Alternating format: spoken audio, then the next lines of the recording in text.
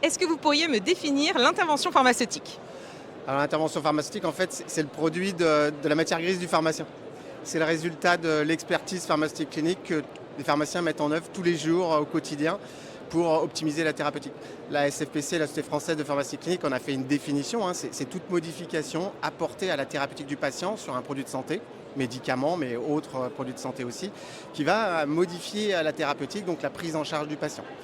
Et du coup, l'objectif, c'est de formaliser cette intervention pharmaceutique. Alors, est-ce que la codification des IP par les officinaux est-elle la prochaine nouvelle mission pharmaceutique à valoriser?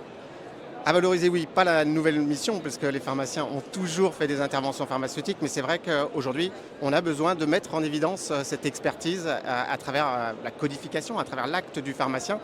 Et l'objectif est vraiment d'arriver à coder ces interventions, et c'est pour ça que la SFPC a proposé une grille acte-IP qui est mise en œuvre à l'officine comme à l'hôpital, et qui permet de formaliser, coder, identifier précisément l'intervention pharmaceutique pour pouvoir la remonter demain et la valoriser au sens large du terme d'ailleurs, puisque ce n'est pas qu'une valorisation financière, c'est aussi valoriser l'acte du pharmacien dans l'optimisation de la prise en charge du patient.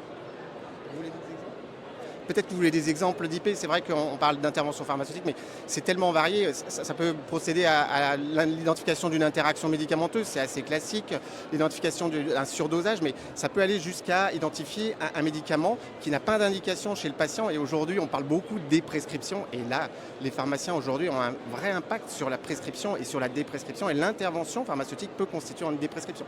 Je ne parle pas des pénuries et de l'accès aux médicaments, où là, les interventions des pharmaciens sont quotidiennes, mais ne sont pas vraiment formalisées à travers un acte, alors même que c'est le quotidien. L'ordonnance numérique va-t-elle obliger les pharmaciens à notifier leurs IP? Effectivement, lors de l'analyse pharmaceutique de l'ordonnance numérique, toute modification apportée par un pharmacien devra être tracée.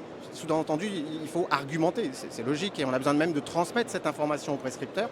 Et là, l'intervention pharmaceutique, et en tout cas la classification proposée par la SFPC à travers cette grille d'acte-IP, va permettre effectivement d'identifier l'objet de l'intervention, donc l'objet de la modification à travers le problème lié à la thérapeutique qu'a identifié le pharmacien dans la prescription.